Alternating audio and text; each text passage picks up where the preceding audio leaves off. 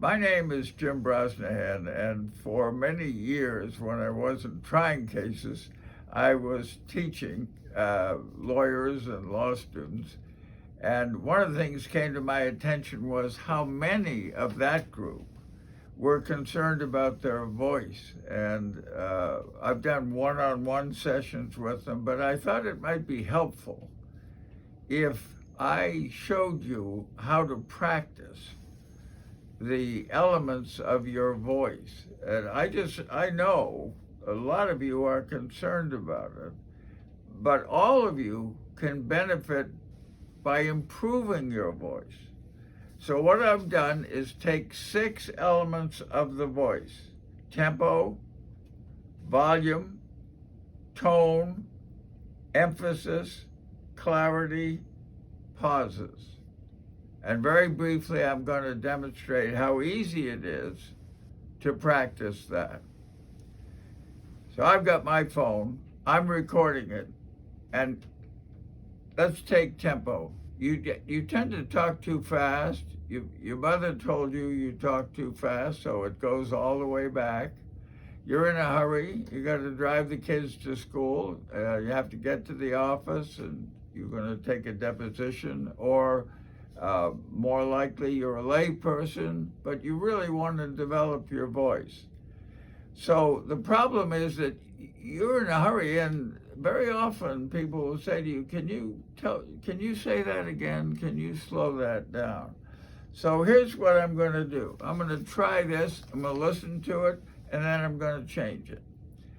Today, nearly 170 years after a delegate made the statement at the Massachusetts Constitutional Convention, the American jury retains the power to rescue blah, blah, blah, blah, blah, blah, blah. Let me try that, see if I can do it.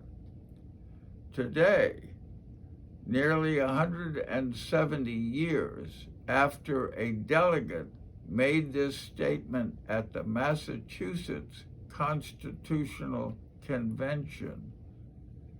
I wonder if I could even slow it down a little bit if I had to. Today, nearly 170 years after a delegate made this statement at the Massachusetts Constitutional Convention. Now, what I'm experiencing is how hard it is to break the habit of speech. It's a habit we use every day, and we're comfortable doing it. Let me move then to volume. Assume that people are constantly asking you to speak up. The vocal cords are very sensitive things, and you can only move them short distances in terms of the volume. But you can practice it so that everybody hears you if you're speaking to an audience. Here's the volume.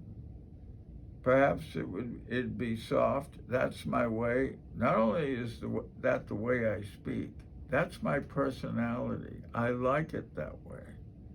But there are some people that don't hear me. And when I'm talking, I've noticed that. They will occasionally say that was good, but I didn't hear you.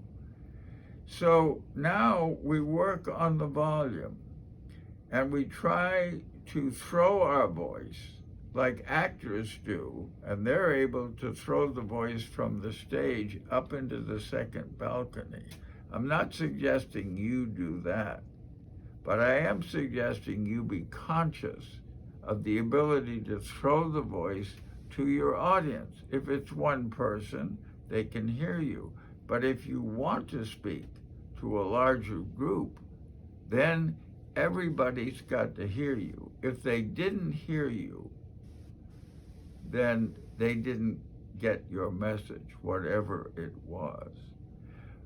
A big part of this, and I'm going to stop for today, but next week we'll have some more of this, is the tension involved. Tension, as I know from my law students at Berkeley Law, can be overcome by practice.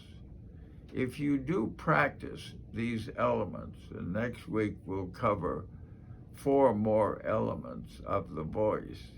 And we're probably going to hit one of them at least that you have a difficulty with.